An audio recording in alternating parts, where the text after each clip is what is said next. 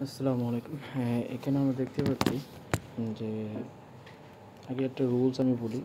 যদি কোনো ক্যান্ডেল আমরা দেখে নির্বাচন করি যে পরবর্তীতে একটা করব, যে আপনার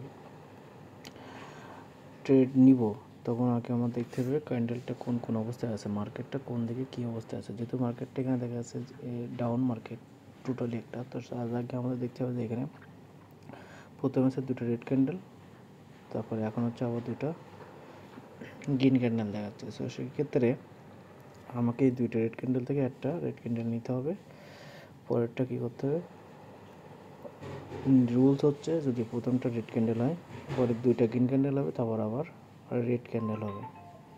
তো যদি এই রুলসে যদি হয় তাহলে অবশ্যই পরেরটা এই যেটা রানিং আছে এটা গ্রিন ক্যান্ডেল হবে, এবং এই গ্রিন ক্যান্ডেলে পরে অবশ্যই পরেরটা কী হবে, রেড ক্যান্ডেল হবে।